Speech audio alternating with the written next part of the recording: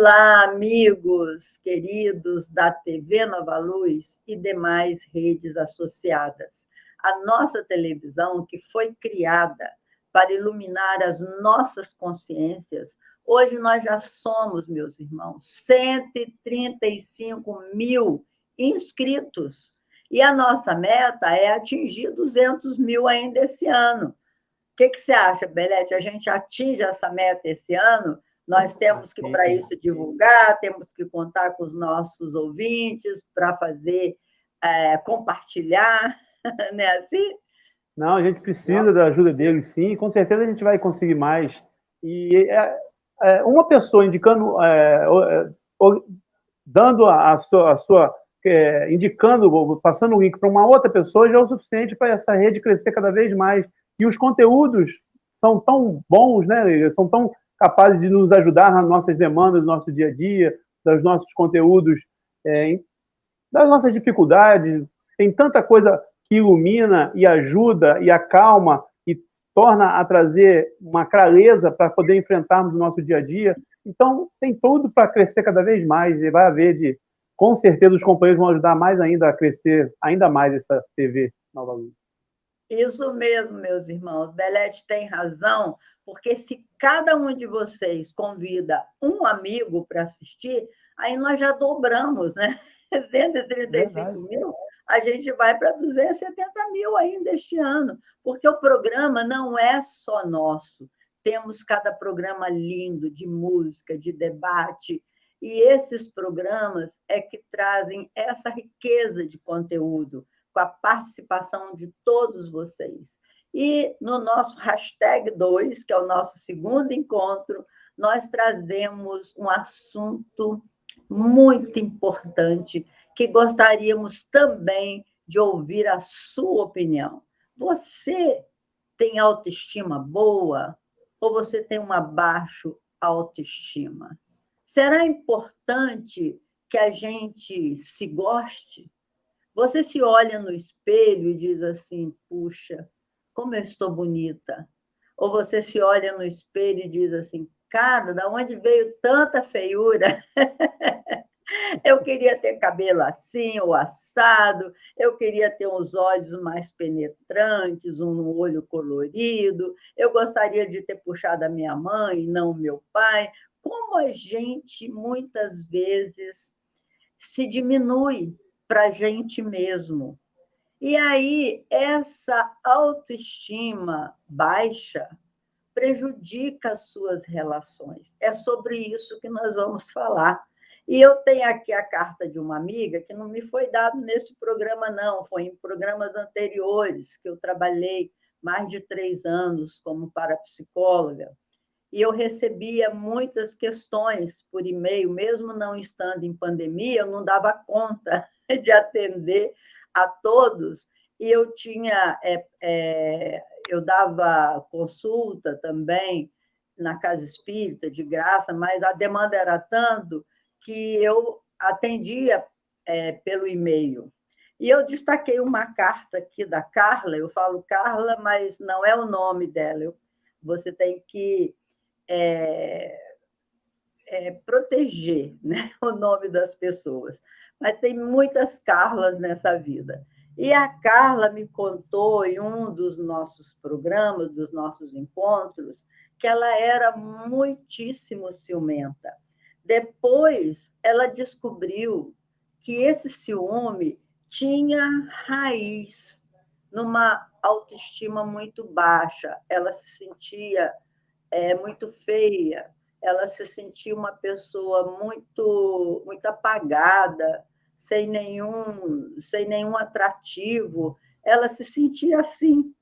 Então, ela queria saber se o ciúme tem cura, se é possível você se livrar desse sentimento que muitas pessoas, às vezes, falam como se fosse prova de amor. A pessoa diz assim: ai, fulano tem tantos ciúmes de mim, fala até no plural, achando que é uma grande conquista que alguém tenha ciúmes dela ou dele. Mas o ciúme é escravizante. O ciúme, quem é ciumento, sofre e faz sofrer. Então, nós vamos perguntar ao terapeuta Marcelo Belletti o que ele acha, se ele já foi ciumento, se ele não quer confessar que foi ciumento, se ele acha que um certo ciúminho vale a pena. O que você acha, Marcelo? Leila, a etimologia da palavra ciúme vem de zelos, né? Vem de zelo. Então, você ter algum zelo com a pessoa amada, né? Inclusive a frase diz, né? Quem ama cuida. Então, quem ama zela, né? Então, você ter algum zelo é uma coisa. Então, por exemplo, seu companheiro, nós moramos, no nosso caso, nós moramos na cidade do Rio de Janeiro. Nosso companheiro vai, ou nossa companheira sai e vai, talvez, para um local mais distante. A gente pedir para que ele avise que chegou, que está bem, é uma coisa. Outra coisa é eu pegar e botar ele nesses programas aí de localização e pedir, ligar e querer que tinha uma foto para mostrar com quem ele está. Isso aí já extrapola. Então, a diferença entre esse zelo e esse ciúme teria a ver com o que ele é funcional e aquilo que ele não é funcional, aquilo que começa a deixar de ser funcional, começa a deixar, como você falou, a transformar a vida da pessoa amada e da própria pessoa que sente ciúme num transtorno, porque já passa a ser um transtorno, principalmente para a pessoa que sente um ciúme, quando ele passa a chegar nessa medida de ser disfuncional. E você realçou bem com relação à questão da autoestima, porque se eu me julgo incapaz de ter valor, de reconhecer o meu valor, é bem provável que eu vá duvidar de alguém que me ama. Porque se eu não reconheço o meu valor, se eu não atribuo em mim valores, se eu não reconheço em mim coisas dignas de ser amada, como é que eu vou compreender que alguém me ama se eu mesmo não reconheço isso em mim? Então, vai sempre ter essa sombra, essa dúvida a respeito de será que realmente eu tenho esse valor? Então, talvez a autoestima também seja, a baixa autoestima também seja, com certeza, um dos motivos que leve ao ciúme. Eu diria que não fica só aí. O ciúme, para mim, tem outras causas também que podem estar associadas ou não. O ser humano ele é multifatorial, né? Nós temos vários fatores, várias experiências. Então, o fato de sermos ciumentos pode ter muita ligação com as nossas experiências do passado, desta ou de outras vidas. Personagens que ainda não estão integralizados e que têm uma carga emocional tão forte, que em certos momentos eles reagem. Inclusive, nesse veio que você puxou, com relação à autoestima. Imagina vidas, existências onde eu não tive a autoestima elevada, muito pelo contrário. Vamos aqui, só sendo bem simplista, mas vamos supor alguém que tem uma existência de escravidão, que é visto como apenas um objeto, e que acaba introjetando isso em si, e começa também a pensar que realmente é um objeto, quer dizer, não reconhece mais que tem o seu valor intrínseco. Então, eu começo a achar que qualquer um que se aproxime de mim tem qualquer outro interesse que não seja a me amar ou reconhecer em mim valores dignos de querer estar comigo. Então, a minha cabeça começa a perceber e a ver o mundo de uma forma muito diferente. E isso pode levar para um comportamento de ciúme, porque já que eu não reconheço valor em mim, por que essa pessoa está comigo? É como se ele estivesse procurando quase cabelo em ovo, né? Já que eu não reconheço, já que eu não percebo, como é que ela me ama? Então, peraí, tem uma coisa errada. Ela está comigo, mas ela está aqui comigo por algum outro motivo que não é bem isso. E aí começa a entrar nessas cogitações que levam a comportamentos disfuncionais e extremamente martirizantes, né? É verdade. E na parapsicologia, quando a gente atendia pessoas com essa autoestima, com essa baixa autoestima, a gente sempre lembrava a pessoa que nós nascemos no ventre materno. A nossa primeira experiência reencarnatória é no ventre materno. Na parapsicologia, o ventre materno tem uma força grande. Não só o ventre materno, os 9 meses que a gente passa no ventre da mãe, como também a hora do nascimento. A hora do nascimento é um fator que acompanha a pessoa psiquicamente, segundo a parapsicologia, toda no roteiro da sua vida. Então, se dentro do ventre da sua mãe você sofreu uma ameaça de aborto, por exemplo, ela não queria, você está nascendo numa hora errada. Não nos culpa aqui julgar a mãe por que ela quis ou não quis o bebê, isso é outra história. Mas na sua história coube isso. A sua mãe realmente achou que a gravidez, a sua gravidez, que ela a recebeu, não era no momento adequado. Então, ela tenta abortar você. E com dificuldade, porque existem tentativas de aborto que são fracassadas. E aí você vai nascer de qualquer maneira, a mãe tenta, e depois ela se arrepende e ela assume uma postura de te receber. Mas esse período que você teve ameaça de morte, que a gente sabe, porque a alma já está ali ligada a partir de um mês, a partir de quanto, isso daí é variável, mas a alma já está ligada ali ao ovo, e quando não está totalmente ligada, que a André Luiz disse que até 7 anos você complementa essa ligação, né? Então, você foi rejeitada. O sentimento de rejeição acontece desde o ventre materno.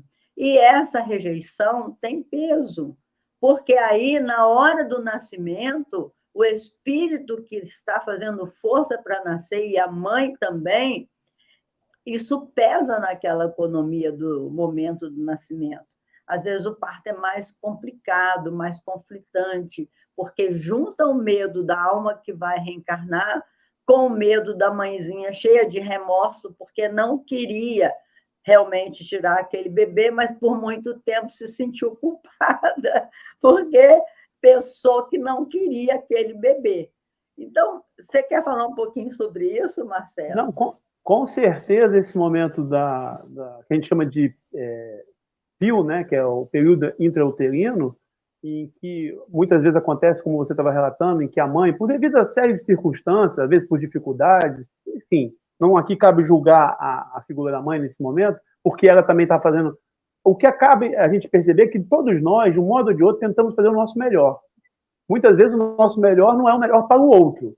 Né? Então, a mãe que de repente chega a essa conclusão, ela está tentando buscar fazer o melhor dela. Mas, enfim, não vamos entrar no julgamento dela. Mas, nesse momento em que você está num processo reencarnatório, é muito comum nós ficarmos muito vulneráveis. E é muito comum a gente introjetar, aceitar essas falas, principalmente da mãe e daqueles que convivem com ela, de maneira como verdades, né? De maneira como crenças.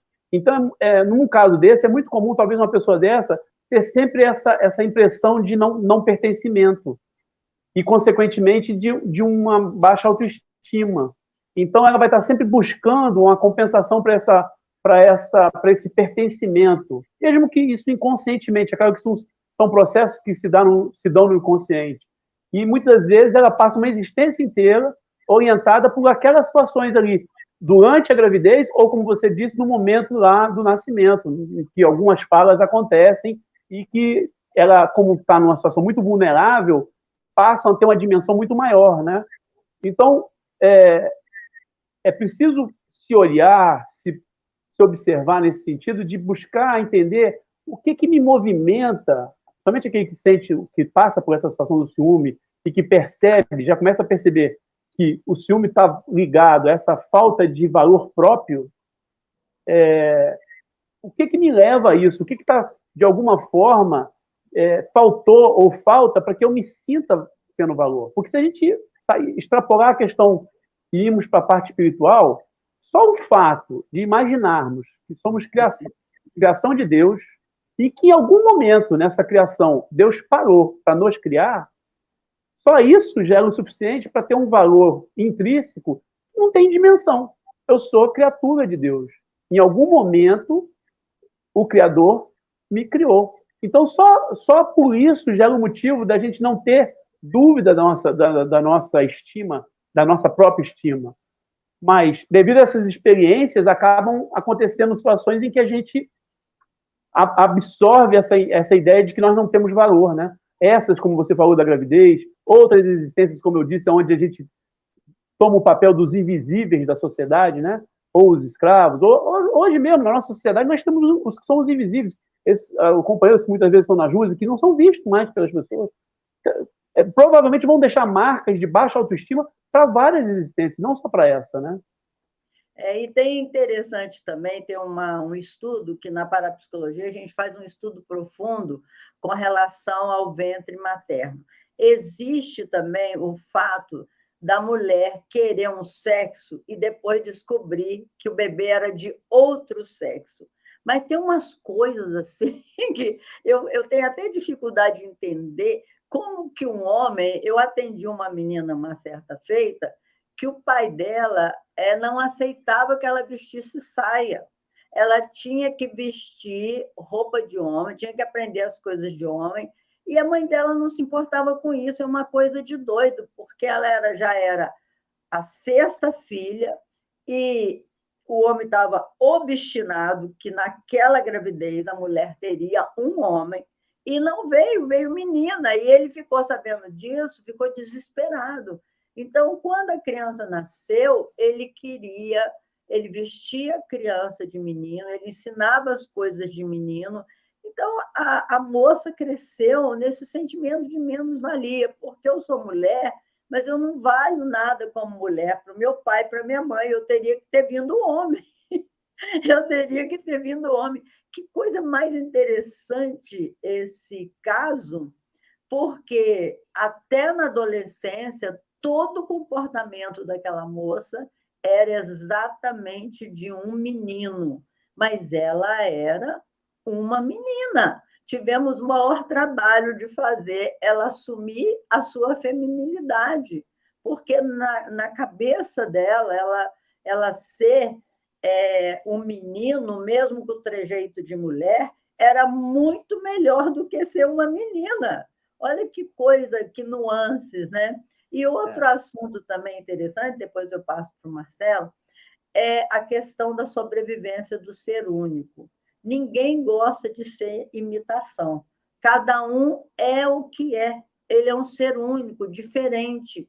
Então, é normal que o primeiro filho, o segundo, seja diferente do primeiro, porque é outra individualidade. Mas aí os pais, erroneamente, eles comparam. Menino, seja igual ao seu irmão ou à sua irmã. Ela é um modelo. Você tem que ser como ela. Você vê que ela é estudiosa, ela dorme bem, ela não é chorona. Por que que você ficou assim? Você se parece com a sua tia, ou com a sua avó, ou com o seu avô, mas não seja você. Você não é assim.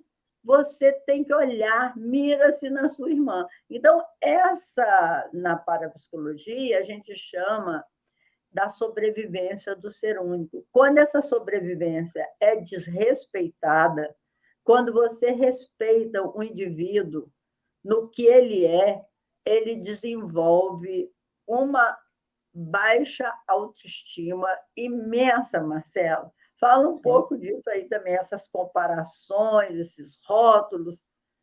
Você vê, você estava dando o exemplo, eu estava aqui pensando na questão do sistema, né? Por que que esse pai, então, que tem uma visão desse tipo de mulher, acaba tendo 6 filhas mulheres, né? Foi o que você falou, se eu entendi direito, correto? Foi isso. Quer dizer, a vida, o sistema, né, a providência divina, de alguma forma, tocando os conteúdos dele, fazendo ele se confrontar com a esposa e mais 6 filhas. Ou seja, ele tem que, de alguma forma, reorganizar isso na cabeça dele. Tem que redimensionar esse valor do feminino na vida dele. E aí ele vem e é pai de 6 filhas. Então, ou seja, é o sistema. E, por sua vez, ela, que vem com o pai, que orienta ela para ser masculino. E ela com a dificuldade de reconhecer o feminino. Então, você vê, tem um sistema que vem buscando, e, como diz André Luiz lá, os objetivos em comuns, né, as afinidades, vão fazendo que o problema de um toque os conteúdos do outro, né? E sejam trabalhados. Porque a vida, como a gente está falando aqui de terapia, né? A vida que é a grande terapia da alma. A vida vai confrontar nos conteúdos que a gente precisa. Então, num caso desse, você vê, ela vem com uma baixa autoestima já do feminino, provavelmente já trazia alguma experiência nesse sentido. Vem um pai que ainda acaba de tocar nisso e diminuir ainda a questão do feminino. Na verdade, tudo isso para tentar ver se ela a vida cria esse ambiente para que ela tente superar, né? E graças a Deus ela para no lugar como ajudada, orientada por vocês para superar tudo isso. É isso que a vida está fazendo com a gente o tempo todo, em todas as demandas, em todos os sentidos. Por isso que muito mais do que o porquê, o para que isso está acontecendo na minha vida.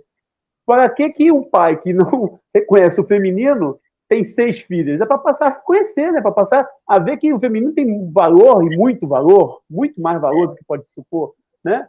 Então, é impressionante como que a providência divina vai juntando e criando um ambiente propício para que a gente seja confrontado e supere as nossas crenças antigas. Vamos dizer assim, atualize o sistema, né? Passe a atualizar o sistema. Então, o pai desse é chamado para confrontar nesse sentido.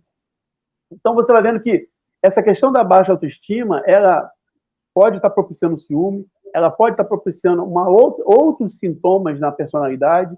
Essa questão de se amar, a gente ainda precisa observar isso com muito mais parcimônia, com muito mais atenção do que nós viemos dando. Porque, veja bem, o próprio Cristo fala, amar o próximo como a si mesmo. Se eu não me amo, se eu não sou paciente comigo, se eu não me dou oportunidade de às vezes cometer algum equívoco, mas aí perceber que cometi um erro e agora trabalhar para modificá-lo, se eu não faço isso comigo, eu vou fazer isso com os outros? Não vou, né? Não vou. É verdade. Se eu não sou paciente comigo, como é que eu vou ser com os outros, né, Leila? Exatamente. Aí, então, nós temos 10 minutos finais para falar das soluções. Se você, meu amigo, aí é ciumento, um ciúminho normal, um zelozinho normal e não de forma exagerada, procura compreender como está a sua autoestima, como está o seu amor por você mesmo. O primeiro passo, o Marcelo já falou aí, é você identificar-se como criatura divina. Só isso aí já era para você sentir um upgrade na sua vida. Você é um espírito eterno. Isso aí é importantíssimo. E outra coisa, diz Hermínio Miranda, é você dizer assim, eu não sou ciumento ou ciumenta, eu estou ciumento ou ciumenta, porque tudo isso tem cura. De que forma nós vamos curar essas paixões da nossa alma que trazem tanto sofrimento? O primeiro passo é exatamente esse que o Marcelo falou, entender que você é um ser eterno, que você traz coisas de ontem. Nós somos imortais, aliás, né? Hermínio fala que eterno é só Deus, nós somos imortais. Nós somos imortais, nós não vamos morrer nunca. Então, mas a gente traz um ontem, uma bagagem enorme dentro do nosso psiquismo. Às vezes, o fato de ter sido rejeitado no ventre materno, de ter sido rejeitado na própria sexualidade, de ter sido rejeitado na escola com esses bullying que acontece, porque você não atende ao padrão judaico-cristão de beleza, né, como a gente foi acostumado.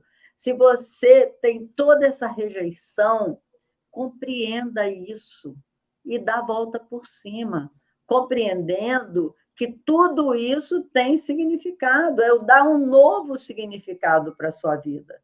Esse é o primeiro passo. Não, eu sou filho de Deus, eu vim para ser amada, para ser feliz, mas eu tenho que construir o meu psiquismo, que a gente traz esses arquétipos de rejeição por mais de 1000 anos. Por mais de 1000 anos, nós acreditávamos que o primeiro filho de um casal tinha que ser homem, tinha que ser varão, não poderia ser mulher. Por que tinha que ser homem? Porque o homem era dado a responsabilidade da continuidade. A mulher era subserviente. Então, tem todas essas nuances que eu vou passar a palavra para o Marcelo para ele falar um pouco também, para a gente, cada dia é oportunidade de um recomeço. Fala assim, sim, eu estou ciumento ou ciumento, mas eu vou estabelecer prioridades na minha vida que me faça repensar as minhas atitudes, o porquê que eu estou com essa autoestima tão prejudicada. Fala aí, Marcelo. Como você estava falando, uma das primeiras coisas é tentar identificar. Aí a gente começa a entender começa a ter um pouquinho mais de noção da profundidade do que o Cristo quis dizer quando falou de vigiar-se, né? Vigiar-se é isso, é analisar-se, é ver o que eu estou fazendo. O que eu estou fazendo está gerando que tipo de resultado. Então, começar a primeiro observar, eu tenho ciúme. Como é que é esse ciúme? Como é que ele funciona? Até onde ele vai?